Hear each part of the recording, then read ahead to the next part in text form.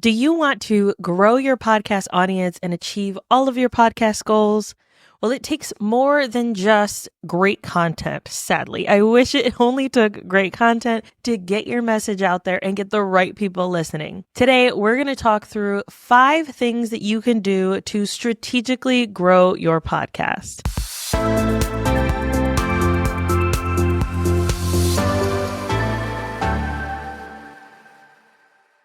Hello, and welcome back to another episode of Successful Podcasting Unlocked.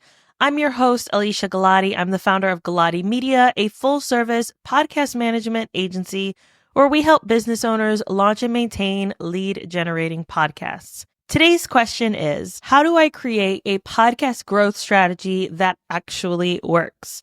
This is a great question, and it's something that a lot of podcasters come to me about, especially right now after an election, due to people focusing on different types of content. And usually we saw that fall into 2 camps, whether it was people who were consuming almost exclusively political content in the United States, specifically is what we're talking about here. So people were in one of 2 camps. They were either listening to political content or they were listening to more entertainment content, kind of ostrich head in the sand kind of feelings for a lot of people. So if your podcast does not fall into either of those types of content, you probably saw a dip in the number of podcast listeners that you had over October and November. Additionally, we are going into holiday season, which we already see a shift in how much content people are actually consuming because they are traveling or they're visiting with family or they're just busy with holiday season activities. So keep that in mind as you're creating content. We're seeing a lot of our clients focusing more on content that's specific to holiday season, holiday feelings, and a lot more solo episodes during the holiday season to keep their listeners engaged with bite-sized, digestible content. Now, this is a great strategy. And if you're someone who is like, wait, I have the next 2-3 months already planned, I already have that was recorded, do I need to shift things? No, please do not shift things. I do not recommend doing that. But we're seeing these dips, right? So political content and entertainment content taking a precedent in the last few months, and then going into the holiday season, and the way that podcast listeners are consuming content or how often they're consuming content is shifting. Their schedules are shifting, etc. That does not mean that you cannot still have growth, but I want you to be thinking the next 6 months when you're thinking about podcast growth strategies and how to make sure that you are making the most of your podcast. Now, in the next episode, we are going to be talking about 2025 predictions. The last 2 years, I have done podcast predictions of what we saw in the current year. How did my reflections on last year pan out?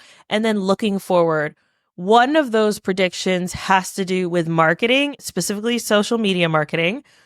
And so I want you to make sure that while we're going to be building a lot of information here, make sure that you tune in to next week's episode where I'll be giving some really strategic examples of ways to stand out in the coming years as social media is shifting and people are consuming content there differently than they did 3 years ago, but we're still trying to promote podcasts the same way and it's not working.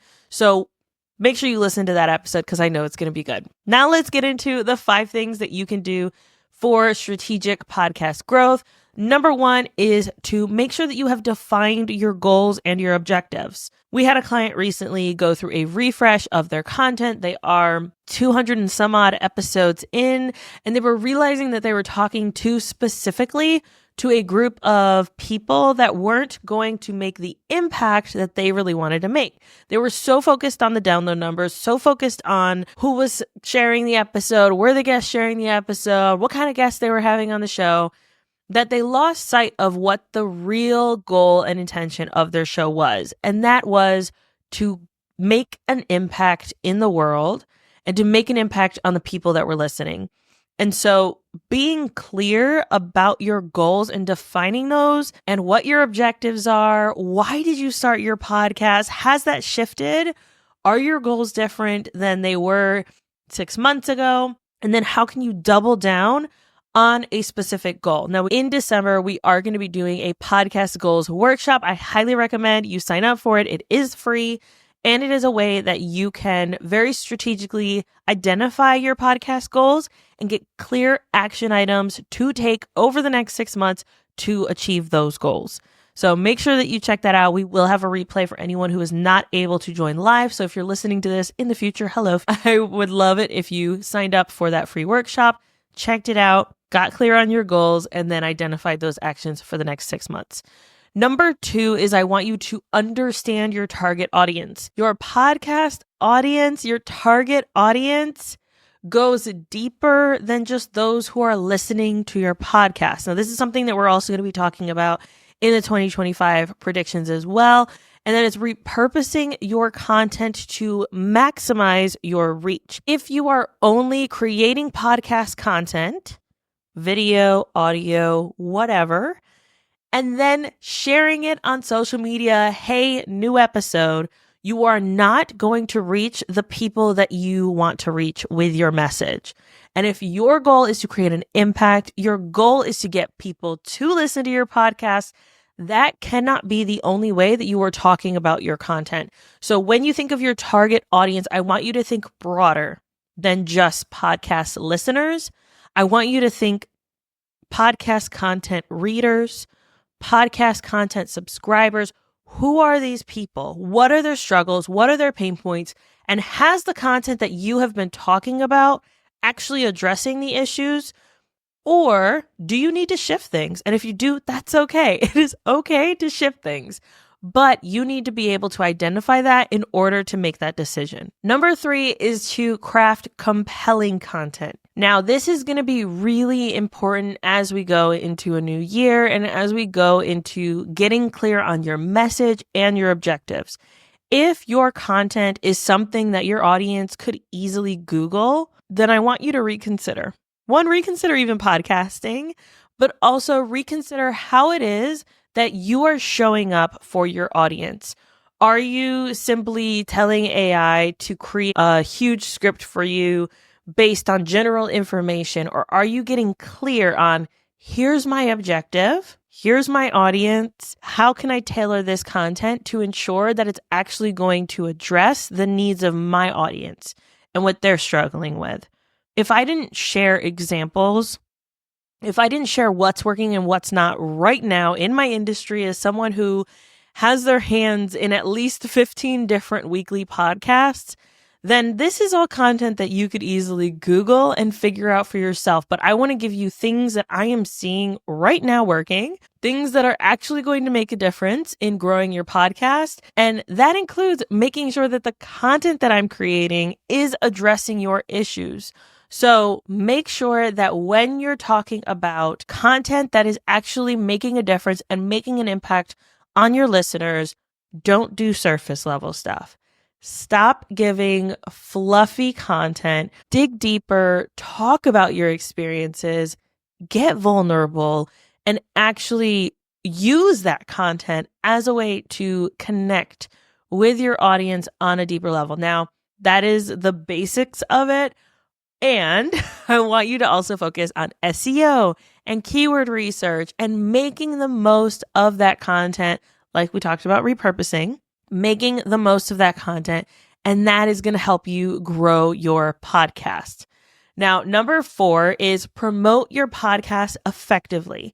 I want you to repurpose the heck out of your podcast. I want you to turn it into social media content, marketing content, email marketing, guest appearances, cross promote with other podcasters. Get out there and share your message. It is so important, especially if you are someone who is in a marginalized demographic. This is more important than ever. Get your message out there. It cannot be enough to just post and move on with your life. If you want people to find you, if you want people to get your information, if you want people to understand what it is that you're trying to do in the world and the content that you're creating, you have to expand where you're talking about it. And it cannot just be as simple as posting on your podcast and then sharing a new episode released on social media. you have to dig deeper. Now, I'm not trying to overwhelm you at all. I can understand that this can feel really frustrating. Like, now I have to do all of these things and I have to show up in all of these different ways.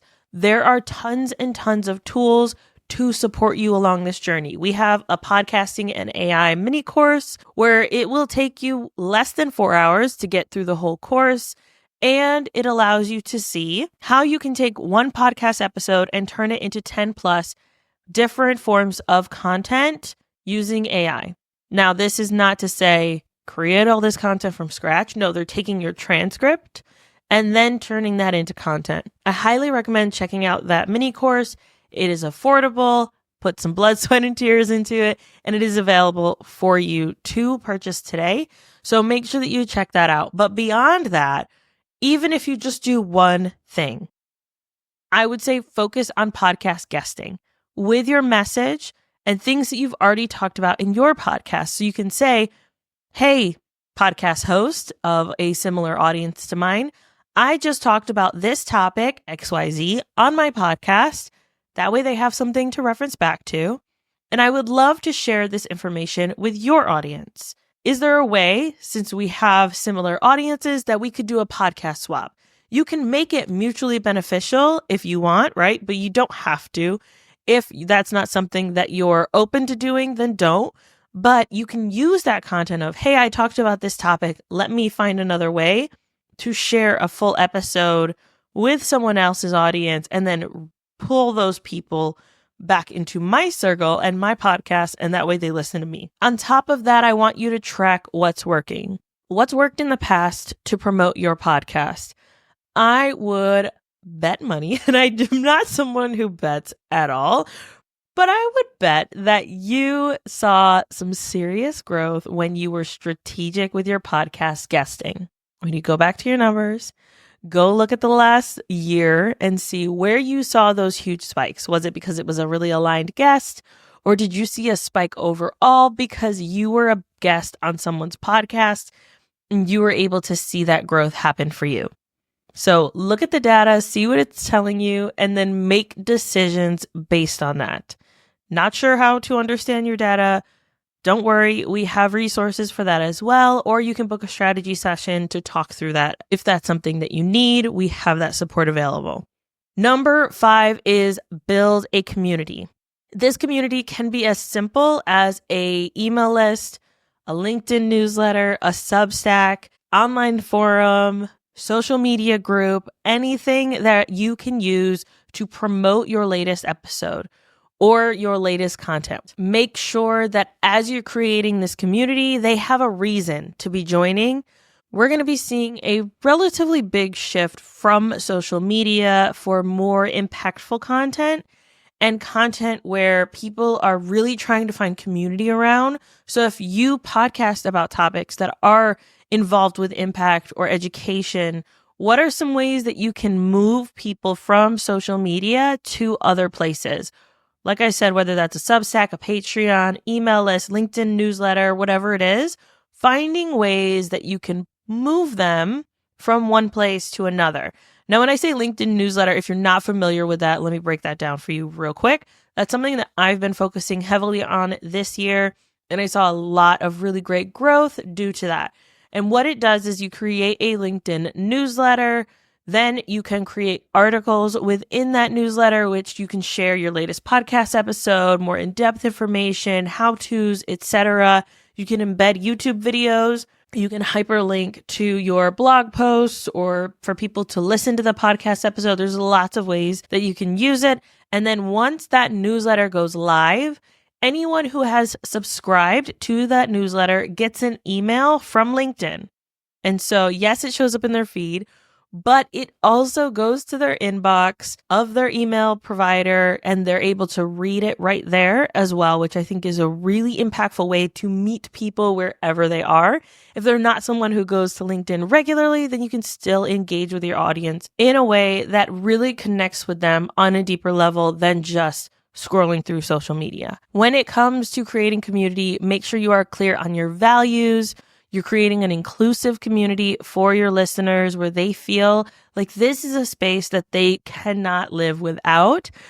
no matter what point of their life that it's for, they feel like, wow, this is really helping me. This is supporting me on my journey, and I cannot live without this. These are things that are going to help you create lasting growth and are not going to leave you stranded trying to figure out, what am I doing? What am I working on? Make sure that you do these 5 things, and that will help you grow long term.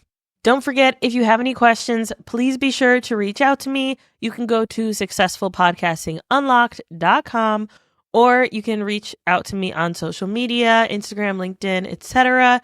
I am available via DM. Send me your questions. I'm always happy to answer them.